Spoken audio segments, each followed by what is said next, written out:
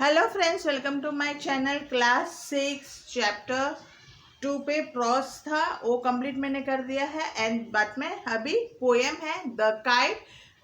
Kite poem किसने लिखा है? हैरी बहन। Okay, first I will explain one para with the meanings, then at the end I will give some summary. Okay, first stanza: how bright on the blue is a kite when it's new, with a dive and a dip it snaps its tail, then soars like a ship with only a sail.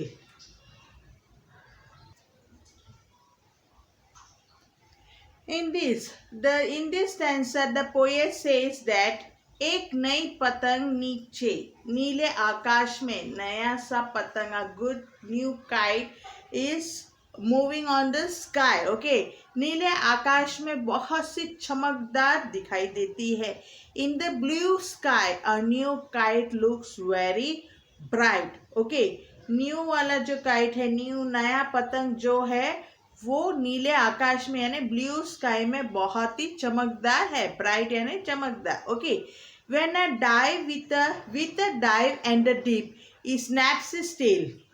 बाद में poet क्या बोलता है? ये गोता लगाती हुई नीचे जाती है और उसके पूंछ से तेजी से, अपनी पूंछ से तेजी से फड़फड़ाती है. तब यह हवा में ऐसे उड़ने लगती है कि जैसे कोई एक नया पल वाला जलियान समुद्र में तैरता है. ओके, ये जब भी what do you mean by dip and dive? Dip and dive यानी डाउनवर्ड मूवमेंट होता है. जो डाउनवर्ड मूवमेंट होता है, गोता लगाते हुए नीचे जाना. स्नैप यानी to make a sudden sound और a moment. The blue sky है, सॉ राइस है, टाइस यानी सी वेव्स है. सो इस फर्स्ट स्टैंजा में पोएट क्या बोलते हैं कि हैरी क्या बोलते हैं कि एक नई पतंग सी जो नीली आकाश में चमकते हुए दिखाई देती है, यह गोता लगाती है कि नीचे जाती है, अपनी पूंछ से तेजी से फड़फड़ाती है. उसका जो टेल जैसा होता है, पतंग के पीछे जो टेल होता है ना, उस हवा के वजह से वो फड़फड़ाती है, आवाज आती है. हवा से ऐसी उड़ने लगती है कि जैसे कोई एक पहाड़ वाला जलियान समुद्र में तैरता है. Okay, now we go for the second stanza. Second stanza में ऐसे बताते हैं: as over tides of white in wise rise climbs to the crest or a gust and pulls them seems to rest as wind falls. ये stanza में poet ये बोलता है कि जब भी जैसे जैसे यह हवा की लहरें, जैसे जैसे यह हवा की लहरों पर आगे बढ़ती है, the kites which moves on the, क्या बोलते हैं, उसके फ्लोर से, जो वेव से वो फ्लाई होता है, उससे चढ़ती है. यह तेज हवा के झोंके से ऊंचाई तक पहुंच जाती है. अब वाइंड जो आता है, तेज हवा जो आती है, जो एयर जो हवा होती है, तेज हवा में से वो पतंगे उड़ते जाते हैं. हम देखते हैं ना, उत्तरायण में हम जब पतंग चगाते हैं, Uttarayan is the festival of the kites. Okay, we celebrate. So उसमें हम जब पतंग चगाते टाइम पे अगर हवा होती है तो पतंग तेज ऊंची तक जाती है. अगर हवा नहीं होती तो ऊंची भी नहीं हो, चढ़ती भी नहीं है. ओके, सो यहाँ पे ये लाइन में ये कहती है कि वो तेज हवा के झोंके से ऊंचाई तक पहुंच जाती है और डोर के खींचने लगती है. फिर हवा के कम होते ही यह एक जगह उतरा जाती है. ओके, वो ठहर जाती है. और जब हवा कम हो जाती है, वो क्या हो जाता है? ठहर जाती है. तभी और जाती है और ऐसा लगता है जैसे कि यह आराम कर रही है. जब हवा तेजी होती है तो ठीक ऊंचाई तक जाती है, और जब हवाएं कम होती है तो ऐसा लगता है पतंग आराम करती है. ओके, इसमें अभी मीनिंग्स क्या है वो मैं बताती हूँ. क्लाइम्स यानी गो अप, ऊपर जाना. क्रेस्ट यानी द हाईएस्ट पॉइंट तक वो पतंग जाती है. गेस्ट यानी sudden current of strong wind. And falls means the force of the wind reduces. Okay, अभी थर्ड स्टैंजा में पोएट ये बोलता है: when string goes slack you wind it back and runs until a new breeze blows and its wings fill and up it goes. Okay इसमें क्या बोलते हैं, पतंग की डोर से डोरी पतंग की डोर ढीली रहने लगती है जब पड़ने से इसे लपेट लिया जाता है। जब भी हम पतंग जगाते हैं तो उसकी जो डोर ढीली हो जाती है तो वो लपेट जाती है किसी और पतंग के साथ और भागा जाता है। जब तक फिर से नई हवा नहीं चलने लगती, पतंग के पंखों में हवा भर जाती है और ये ऊपर जाने लगती है। स्ट्रिंग यानी फाइन थ्रेड, स्लैक यानी लूज, वाइंड यानी रोल, इसमें वाइंड का मीनिंग है रोल होता है। ब्रीज यानी स्मॉल और स्लो वाइंड, हल्की सी पवन हवा।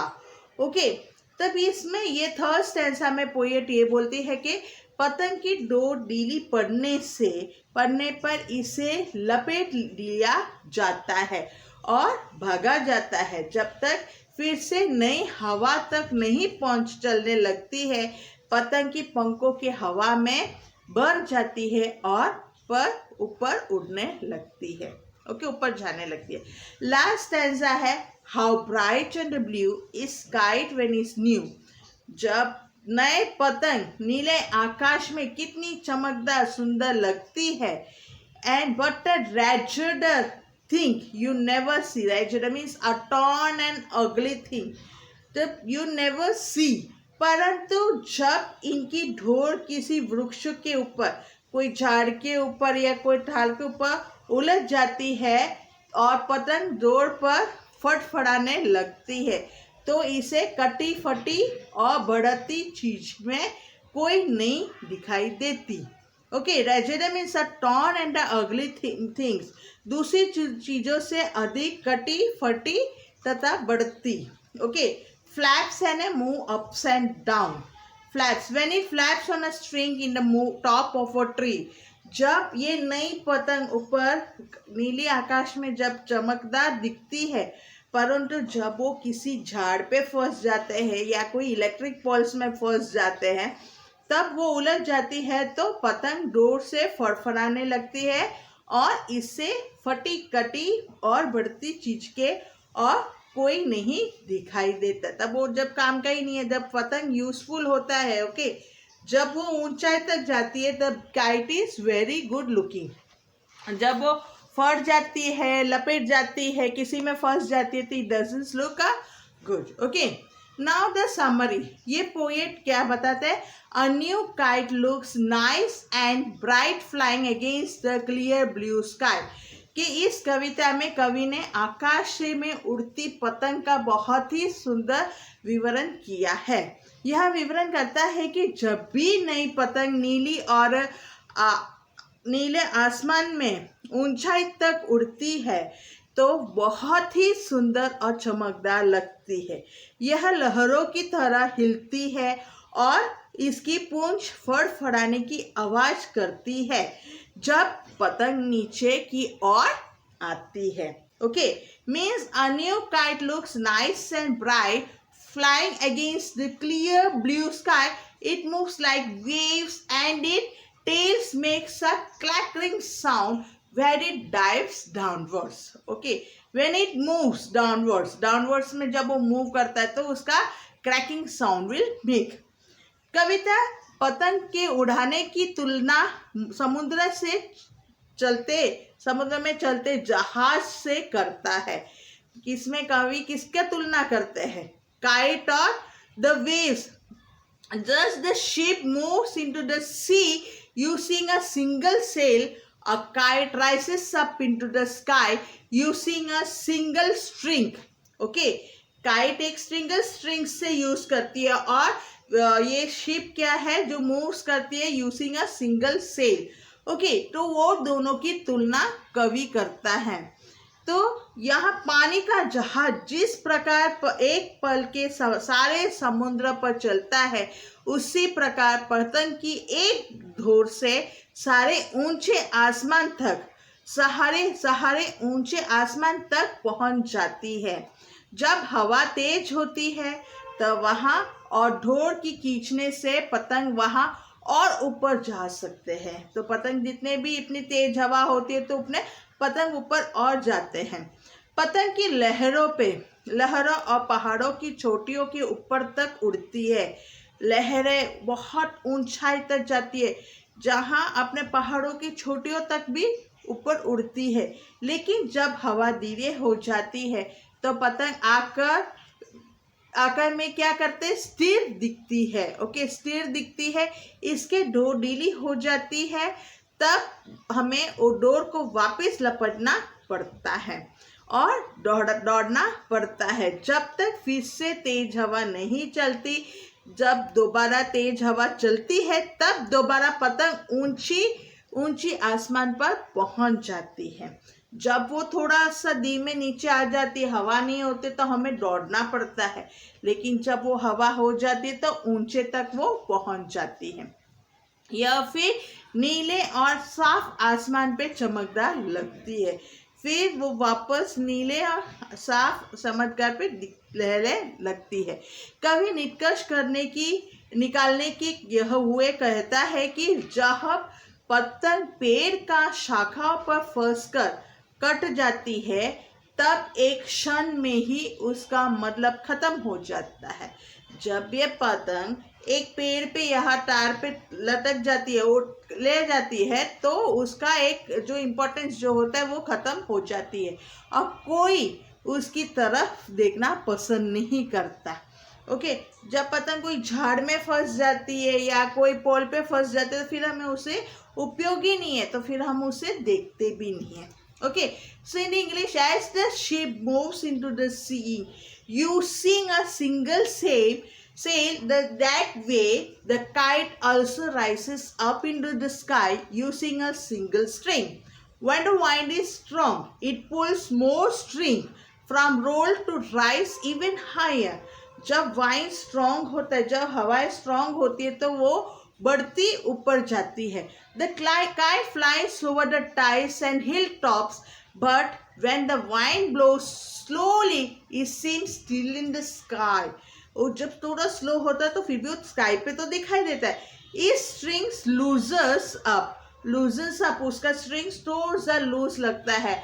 Then we have to then roll back the string and run until the wind blows faster.